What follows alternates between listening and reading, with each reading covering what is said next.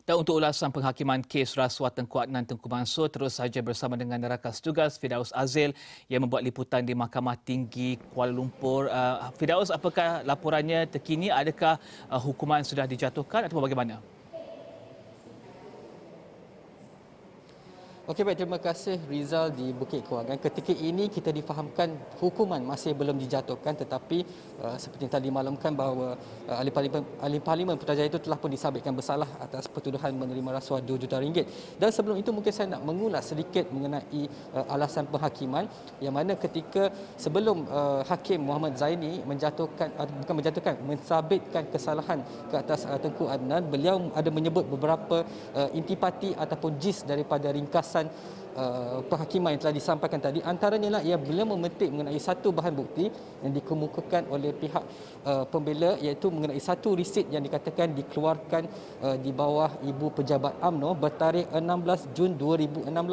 Tetapi bahan bukti ini telah dikemukakan sewaktu perbicaraan yang mana dikemukakan oleh Tan Sri Chai Kin Kong sendiri sebagai bukti bahawa duit ataupun dana yang dikeluarkan itu adalah untuk dana politik.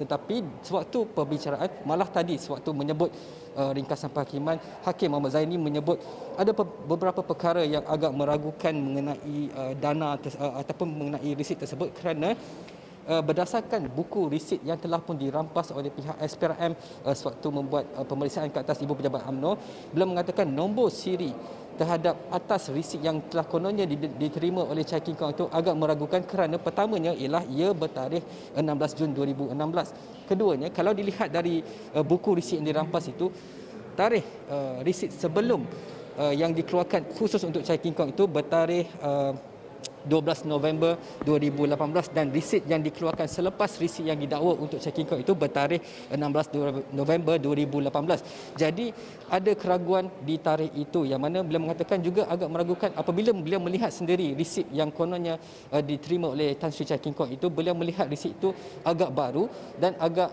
orang kata, tidak masuk akal kalau mengenangkan bahawa risit itu sebenarnya pun sudah berusia 4 tahun dan telah disimpan di dalam wallet ataupun beg duit Tan Sri Chai Kin Kong. Itu antara perkara yang dipetik. Dan keduanya, Muhammad Zaini juga merujuk mengenai sekiranya risit itu dikeluarkan di bawah nama Ibu Pejabat UMNO, pasti pihak audit ataupun pihak yang membuat audit ke atas akaun UMNO akan bertanya mengapa risit dikeluarkan di bawah nama Ibu Pejabat UMNO tetapi tidak ada duit RM2 juta disalurkan terus ke akaun UMNO. Itu antara perkara yang menjadi pertimbangan beliau sebelum membuat menjatuhkan ataupun mensabitkan kesalahan dakwaan ke atas Tengku Adnan Tengku Mansur, yang mana kemudiannya selepas disabitkan maka berlakulah proses mitigasi di mana pihak pembelaan diberi peluang untuk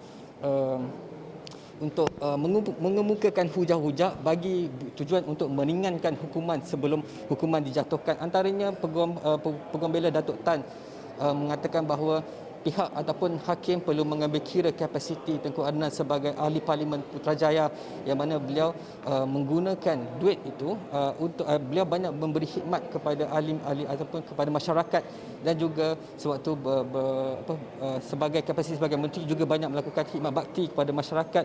Dan juga Datuk Tan juga mengatakan bahawa perlu diambil kira juga bahawa memandangkan keadaan majoriti yang agak tipis antara Kerajaan Perikatan Nasional dan juga Pembangkang, dan ini hakim mencelah mengatakan, should I concern atau perlukah saya mengambil kira faktor politik dalam saya membuat sebarang keputusan.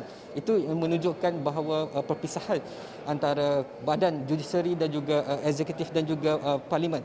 Dan selepas itu Datuk Tan juga menghujahkan bahawa duit yang diterima itu ataupun projek yang dikeluarkan oleh Aset Kaya Masuk adalah bertujuan untuk memberi rumah mampu milik kepada kaki tangan di BKL dan juga orang-orang KL yang tidak mampu memiliki rumah, yang mengatakan, dan juga dalam hujah mengatakan bahawa pihak pemaju oleh Aset Kaya Mas yang pengarah urusannya adalah Tan Sri Chai Kin Kong sendiri, bahawa mereka kerugian RM100,000 atas kerana mengeluarkan unit rumah di bawah harga pasaran.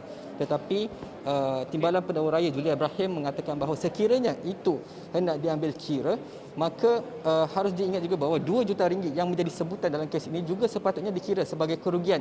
Jadi DPP Julia memohon agar itu juga menjadi pertimbangan yang arif Hakim Muhammad Zaini. Dan Ketua Pembela juga Rizal. Firdaus Aziz, kita tak punya cukup masa. Kita akan teruskan laporan tersebut di astroawan.com dan juga laporan pada jam-jam akan datang. Tentunya Firdaus Aziz akan bawakan perkembangan dari Mahkamah Tinggi di Kuala Lumpur berkenaan dengan kes rasuah Tengku Adnan Tengku Mansur. Dan kita teruskan laporan seterusnya.